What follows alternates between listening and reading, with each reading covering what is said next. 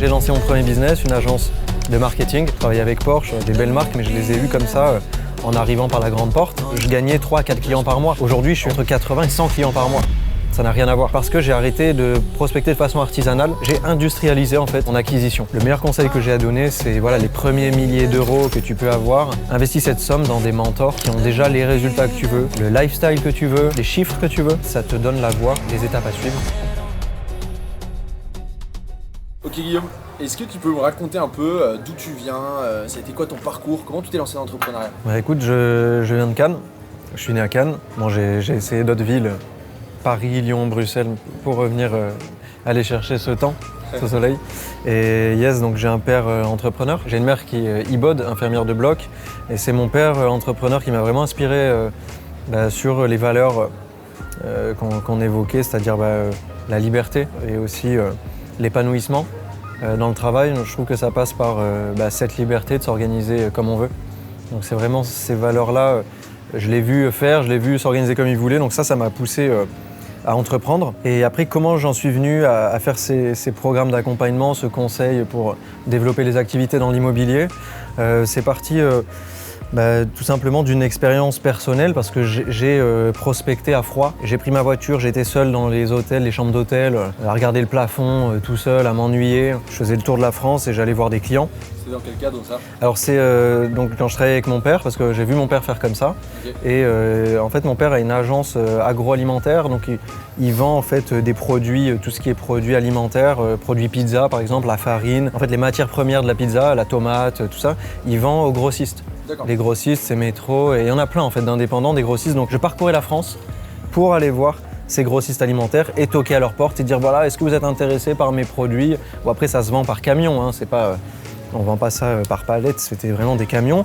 Mais du coup c'est une prospection à froid. Et j'ai parcouru la France, j'ai fait des milliers de kilomètres et au bout d'un moment je me suis dit mais c'est pas comme ça que j'ai envie de vivre. Et je trouve que par rapport au nombre de clients que j'allais voir comme ça à froid, j'avais trop peu de retours. Ça demandait trop d'énergie, trop d'investissement en temps pour en fait le nombre de clients que je gagnais. Et c'est à ce moment-là que je me suis intéressé aux stratégies en ligne. J'ai vu que les personnes étaient très connectées et je me suis dit ok, leur attention est ici, il y a quelque chose à exploiter. Donc c'est de là que c'est parti. Je me suis mis à mon compte parce que mon père avait certaines valeurs très arrêtées au niveau du business. Donc j'ai préféré, plutôt qu'essayer de convaincre en fait mon père à changer de méthode, j'ai préféré moi l'appliquer et lancer mon business. Donc c'est là que j'ai lancé mon premier business, une agence de marketing, et j'ai commencé à faire des clients un peu de tout horizon. J'ai fait de la pub en ligne sur Meta Ads, sur Facebook et Insta pour des restaurateurs, pour des concessions automobiles. Je travaillais avec Porsche, des belles marques, mais je les ai eues comme ça en arrivant par la grande porte. Mais disons que je gagnais 3 à 4 clients par mois. Aujourd'hui, je suis entre 80 et 100 clients par mois. Ça n'a rien à voir. Et parce que j'ai arrêté de prospecter de façon artisanale, j'ai industrialisé en fait mon acquisition. Mon processus de prospection. Et quand on industrialise, du coup on a des résultats beaucoup plus probants. Voilà, on passe de 4 clients par mois à 80 ou 100 parce qu'aujourd'hui je travaille en équipe, j'ai une équipe commerciale, mais c'est surtout voilà, le système d'acquisition que j'ai mis en place pour moi, c'est celui-là que j'implémente chez mes clients. Au niveau des étapes, ça s'est fait comme ça. Ok. Tu es parti en Australie aussi pendant un moment. Est-ce que tu peux nous raconter pourquoi tu es allé en Australie, quel a été ton déclic pour partir et ce que tu as fait là-bas?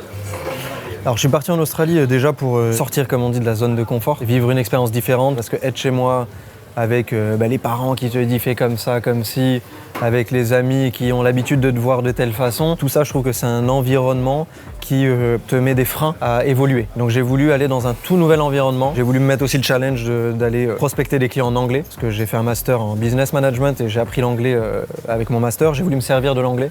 Et donc je suis parti dans ces conditions-là en Australie. C'était une super expérience parce que j'ai fait mes premiers clients, ça s'est très bien passé pour eux, ils ont eu des bons résultats, donc j'ai fait un premier client, un deuxième, un troisième, et après j'ai décidé de revenir en France pour me servir de cette expérience, de ce que j'avais appris. Sur le marché francophone, c'était plus facile. Trop bien. Après tu reviens en France, c'est quoi les villes que tu testes, les endroits où tu vas, etc. Et c'était quoi un peu tes échecs avant de réussir à avancer? J'ai commencé, je me suis mis à Lyon, puis Paris, parce que c'est là où il y avait une forte concentration d'agences. Donc j'ai commencé à bosser avec des clients dans l'immobilier, dans ces zones-là. Bien sûr qu'il y a eu des ratés au début. J'ai des clients qui me confiaient, je me souviens, à mes débuts d'agence marketing, ils me confiaient des budgets. Derrière, ils n'avaient pas de clients, c'était pas rentable, donc je me retrouvais à les rembourser comme je pouvais. Mais c'est comme ça que j'ai appris. En fait, je trouve que c'est une super école parce que quand tu es une agence de marketing, bah, tu prends le budget des clients et tu fais des ratés avec le budget des autres. Donc c'est mieux que ton propre budget. Et derrière, bon, bah, même si tu te retrouves à rembourser un client ou à dire bah, finalement voilà, je vais me débrouiller, je vais vous accompagner sur du plus long terme, bah, en fait sur le chemin bah, tu fais des erreurs mais tu corriges. Et après le client il était satisfait et il continue de bosser avec toi. C'est un passage obligé, il ne faut pas avoir peur de se tromper.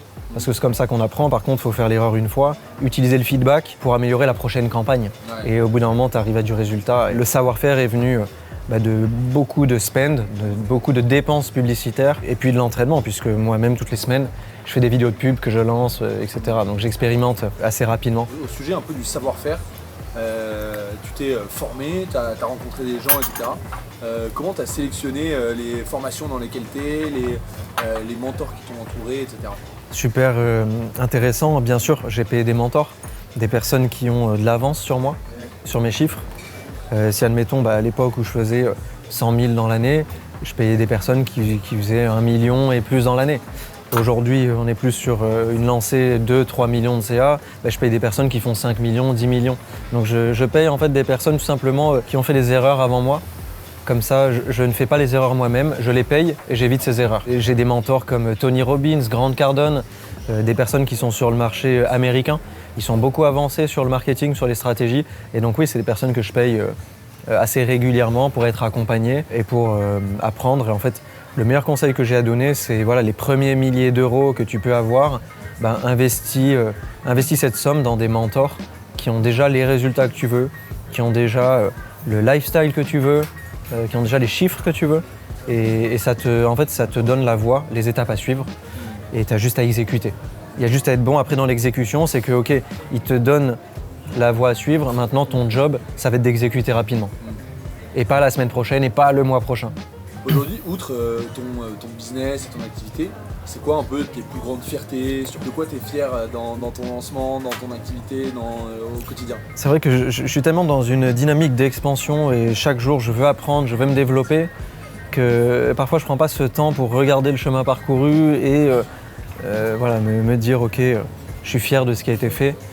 J'ai souvent tendance à aller chercher l'étape suivante, mais c'est vrai que c'est important de se poser, prendre ce temps-là aussi pour apprécier le stade, l'étape dans laquelle tu te trouves actuellement. J'ai une reconnaissance et une fierté d'être bien entouré, d'avoir une équipe qui est au top, qui est passionnée. Et derrière, les Smart Agents qui nous rejoignent, je pense encore, j'ai des exemples comme ça, j'en ai beaucoup, mais des personnes qui, la larme à l'œil, nous disent vraiment merci, vous avez changé ma vie. Je suis très reconnaissant d'être bien entouré, tout comme moi je suis bien entouré, je leur mets à disposition ces équipes-là.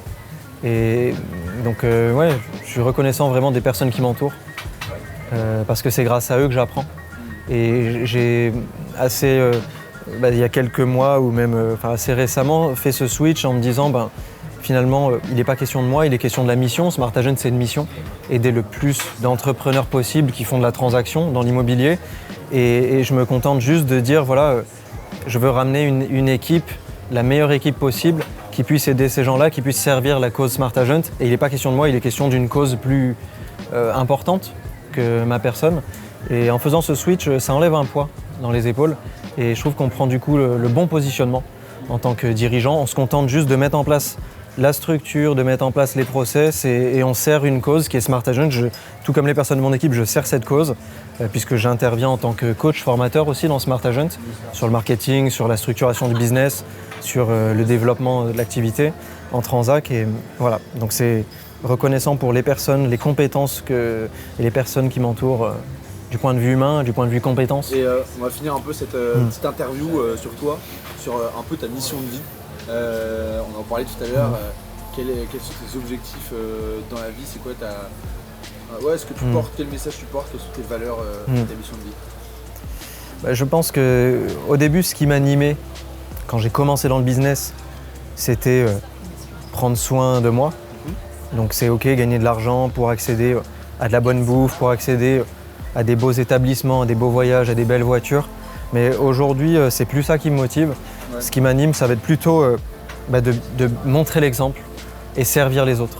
C'est plus gratifiant de bien servir les autres et d'avoir ce feedback des autres qui te disent « Ok, t'as changé ma vie, t'as opéré une transformation chez moi, ça a changé ma vie, c'est plus gratifiant que juste changer sa vie. Aujourd'hui, mon moteur, c'est de me dire, je me dois de montrer l'exemple, je me dois de monter en compétences pour certes développer mon business, mais pour bien servir les autres et entraîner en fait le maximum de monde dans cette ascension. Et c'est vrai que c'est le point commun entre toutes les personnes qui ont pu développer leur activité, passer de 80 000 à 200 000 de CA, passer de 20 000 à 100 000. Enfin voilà, par rapport à toutes les transformations qui ont été opérées, le premier pas qu'ils ont fait, c'est participer à cette formation offerte. À l'issue de cette formation offerte, après, ils ont deux choix, soit implémenter d'eux-mêmes les étapes, ou soit passer par une personne de l'équipe, faire un coaching individuel. Ce que j'invite à faire, la première étape, c'est cette étape qu'ils ont fait, c'est de visionner une formation offerte.